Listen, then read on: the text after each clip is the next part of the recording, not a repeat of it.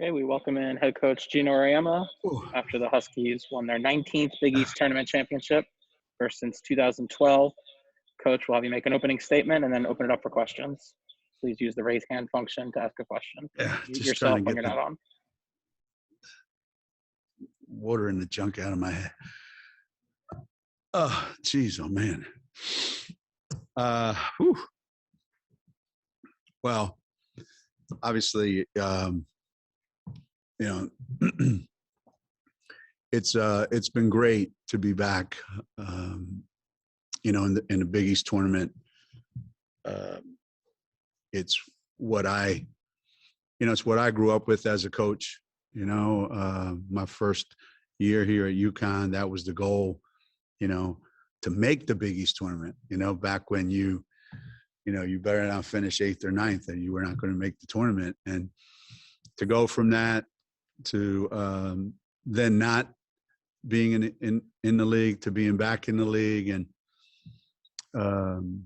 it felt pretty amazing. And the 3 days of competition, the way we played defensively, I was just really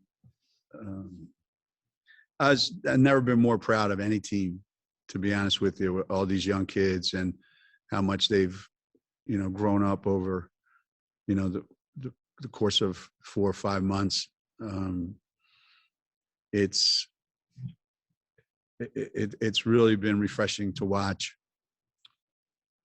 The celebration, I don't know if you all got a chance to see it, that the kids had after they won.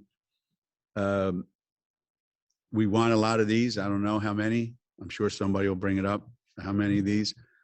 I don't remember quite a spontaneous and joyful celebration like these kids had.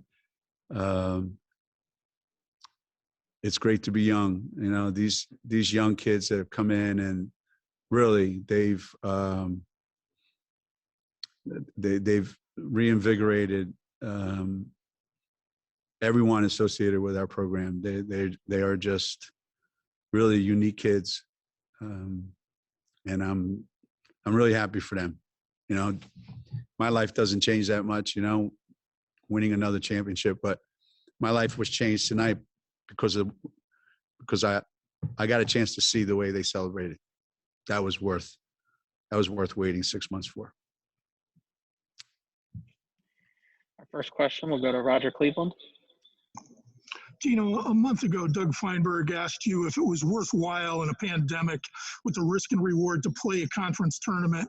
You said at that point you didn't care if you did, but can you talk about how much you got out of this tournament with the growth of the kids and Kristen coming around and the defense playing so well? Well, you think about all that's transpired over the months, right? And there was a time, we were just talking about, there was a time when we weren't sure how many games we would get in, period. We weren't sure whether you'd even be able to have a regular season champion because it would be so disjointed, and we managed to get through that.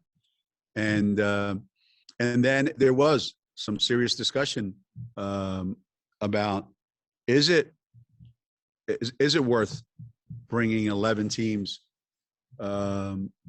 to a bubble to compete for 3 days? Is it worthwhile? And there was a lot of discussion back and forth, and some people were no, we shouldn't, and people were, yes, we should. And for me, if we were going to have a tournament, great. If we weren't going to have a tournament, that's fine, But once the decision was made, we're having a tournament, then obviously it became, well, we're going to go win the tournament. That's our goal. In retrospect, it ended up being great for us because we're going into the next tournament with a better sense of who we are as a team, a better identity of who we are as a team. Found out a lot about some of our players these last 3 days. So, so the Big East tournament definitand benefited us. I'm sure it benefited Marquette as well. You know, but that's the tournament. That's the chance you take in a tournament. You know, if you're DePaul, you know, Villanova, you know, hopefully they can still have a shot to get in. You know, I would hope they can. Seton Hall, Villanova, DePaul. You know, you saw at the end of the year just how competitive, you know, our conference is. And it did give Kristen Williams an opportunity. You know, Kristen hasn't had the kind of year she wanted to have. She hasn't been in any kind of a flow whatsoever. And for her to come out here and then for 3 days do an amazing job on the three best, you know, players that she faced this weekend, and still play it, you know, at a real high level in the offensive end. You know, as much as Paige was MVP, I thought Kristen could just as easily have been as well. Next, we'll go to Carl Adamek. You know, you get asked a lot to rank Paige as a player. Where does she rate as a teammate? And back to her as being a player, what's her case to be National Player of the Year? She's a great teammate. She's a great teammate. She's a great teammate because she's a great human being. You know, she's one of those kids that just gets the big picture and understands, you know, what the purpose is of being on a team and how her special skills can infuse confidence in a team.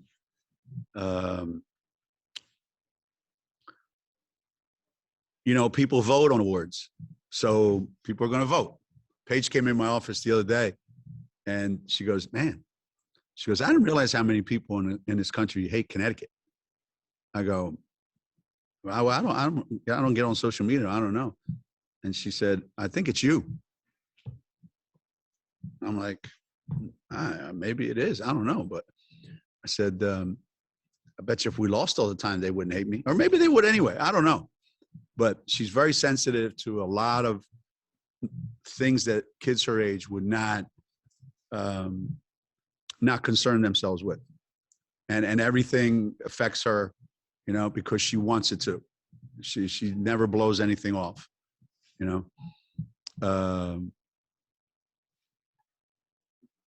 Should she be Player of the Year? Well, I mean, I'm sure people are going to vote for lots of different players, I guess. I would say name one player that's done as much for their team as Paige has done for our team. Name one player that's done more. Let's put it that way. Name one player that's taken a team this young to where we are today. Who's done more than her? And if you can give me a better argument, then I would say I'll vote for him too. But I don't think you can. But I'm not going to wear a T-shirt that says Paige for National Player of the Year, and I'm not going to carry a sign around it, and I'm not going to call people and tell them to vote for it. I've never done that for anybody. And I'm not going to start today. But some people won't vote for her just because she plays at Connecticut. And she's got to deal with that too. And that's okay. You don't vote on some awards, like who wins the championship. So she gets my vote. And she was bitching about playing time again today, just so I'm going on the record of saying that 2 days in a row. One of our players at the free throw line, she yelled miss because she knew she was coming out. I love her and everything, but there's something not quite right about her. Then she came off and checked the stat sheet, and she goes, this is yesterday. You owe me 2 extra minutes tomorrow because I didn't get to play my average. So you owe me 3 minutes tomorrow. I was going to not start her. Go to Mike Anthony next. Thanks. Geno, you touched on a few things that probably apply to how you might answer, but I was wondering whether it's in ability or execution or approach or mentality, what are the areas you've really seen the most growth from your team this season, and particularly the last few games that makes you know they're in a good place heading into the national tournament?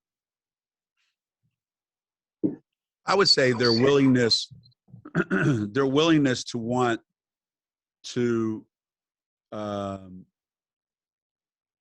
compete on the defensive end as much as they enjoy being on the offensive end.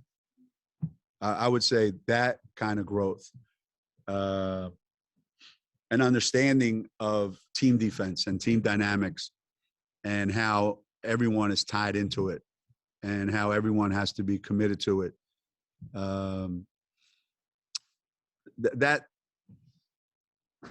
That to me is the biggest growth. The ability to watch film and understand it better. The ability to go through a scouting report and soak it in and then be able to execute it. That was much more difficult at points during this season. So I think we became a little bit smarter. We certainly became a little bit tougher.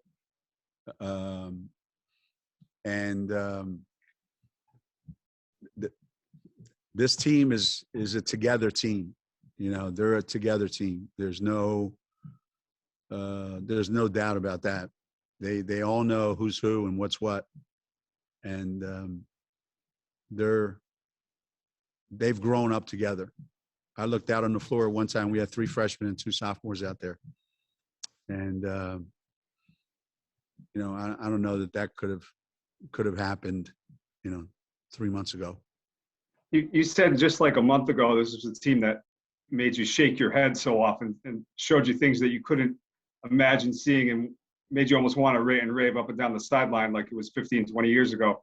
Is there less of that now? Well, I've kind of come to my senses in the fact that I'm not changing anything. I'm not going to change what it is that they're doing. I'm just not. I've tried. It's pointless. You know, they're going to do what they do.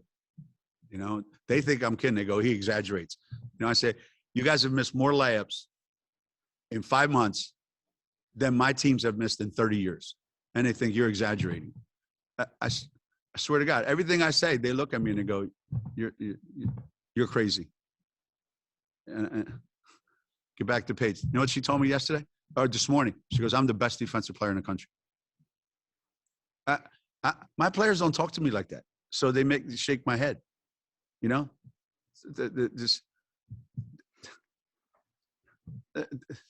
Nika looks at me sometimes and I almost feel like, what are you looking at? And like, I start worrying about me. Like, is there something wrong with me? Like, these guys have got my head spinning, all these freshmen. So I just stopped trying to figure out how to help them at things that I just can't help them with. They're going to be what they're going to be. And I have to, you know, look at all the positives. You know, it's made me change the way I coach. You know, it's and for the better, I think. I think they've made me change the way I coach and made me change for the better. Thanks. Time for about 2 more. We'll go to Patty and Rob. Coach, I know it's a new conference, and you've had a lot of streaks, but 8 straight years without losing a conference game, 160 wins in conference play. What does that mean, and how does that stack up to everything else that you guys have done?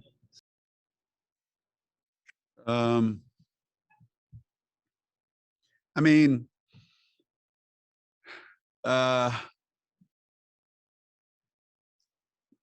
that's a lot of wins. That's a lot of wins and not a lot of losses. So when you think of it as, how's that possible?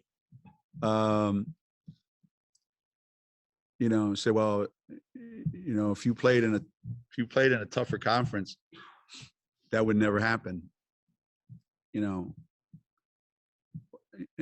we used to play in the toughest conference that ever existed, and we did that for long stretches. So, you know, we play to win. That's all there is to it. As does everybody else.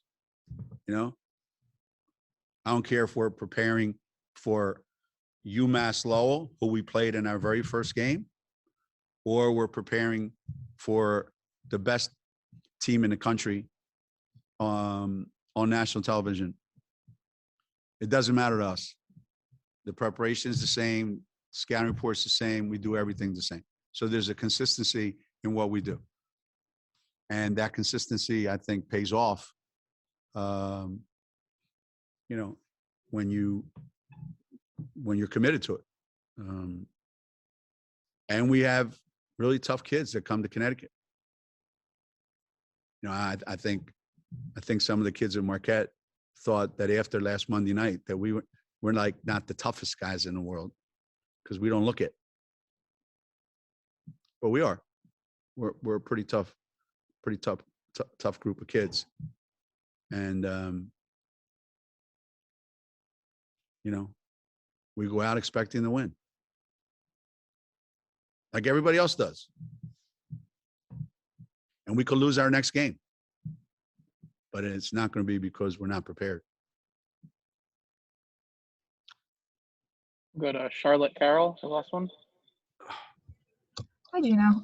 Just talking about the youth, how much is that going to be an asset for the NCAA tournament? You talk about it kind of reinvigorating you, just going ahead into that. Well, we're getting ready to do something that's never been done before.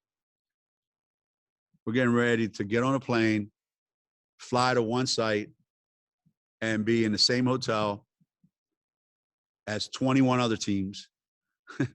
And then we're going to have to compete, you know, and try to win 6 games. And it's never been done before. So you can say, well, you know, you've been to X number of NCAA tournaments.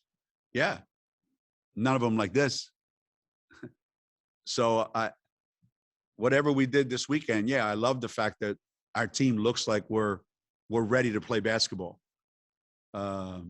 Today's March 8th, and we don't play till March 21st. It's a long time. It's a long time.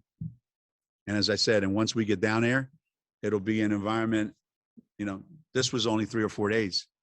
And we're going down there with, you know, we're down there 5 days before we even play a game.